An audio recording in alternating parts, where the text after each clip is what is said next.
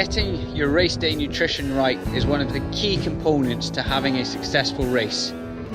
In this video, I'm going to talk a bit about what I do on race day. So it's not really talking about nutrition for training and building up. I did do a video on my top running cookbooks. I'll put a link to it up there, which is well worth checking out. The one thing that I will say is that towards the race, it gets a bit closer as I taper down. I do tend to go for lighter meals with fewer calories because I'm not doing the training. The last few days before the race though, I do ensure I'm getting enough carbs in and things like that to top up the glycogen stores if they are a bit low. The first thing I would say is make sure that you have tried all of your food and training before using it on race day. So when you have the expos and all the free samples, I would take them, but make sure you don't use them on the race because you're not sure how they'll impact your stomach. My strategy typically starts off trying to eat real food and solid food, things like bars, and also if I've made rice balls, potentially some sandwiches, small things like that, and eat that for as long as I can. Aid stations, depending on what food they have, I'll do research ahead of the race and practice with that as well, so I don't have to carry so much of my own food. As the race progresses, I then tend to move on to more gels and things like that, and I always make sure that I've got multiple flavours. So I'll carry a few gels such as orange, lemon and lime, and then later on as the race progresses, I also have some things like cola flavoured gels which are caffeinated, so these sports jellies are great. You don't need to have water with them either. I know how many grams of carbs I'm getting from them, which helps with later in the race, quick to digest as well, and with the caffeine gives you that extra bit of a kick which you may need as you get into the latter stages.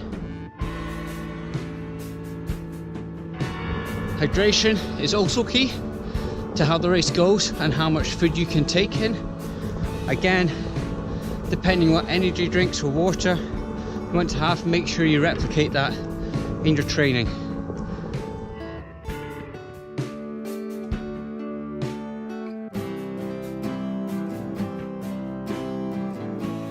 Other key considerations for race day are obviously the evening meal the night before and your breakfast.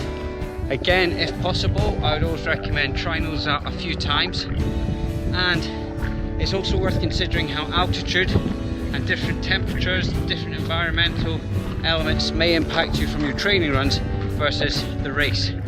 So for altitude, you may find it a lot more difficult to eat than you do normally for the same pace, with higher heart rates and things like that. So it's worth considering that as well, and maybe looking at trying to adapt your choice of food accordingly. The final piece of advice I would say is make sure that you have variety, both sweet and savoury, and a real mix of different flavours and different types of food, because you never know what your body might be craving when you're 100 kilometres into say a 120 kilometre ultramarathon. I hope you found this video useful. Please do subscribe to the channel if you enjoyed it and want to track my training. Next for me is the Lavaredo Ultra Trail, and there will be a race video for that. And I've also got a few product reviews coming up as well. The Land Rover Explorer phone and the Salomon Pulse belt. So as I said, click the subscribe button. Also, I'm really enjoying reading all of the comments I've been having recently, so feel free to add a comment down below. I love hearing from all of you. See you next time.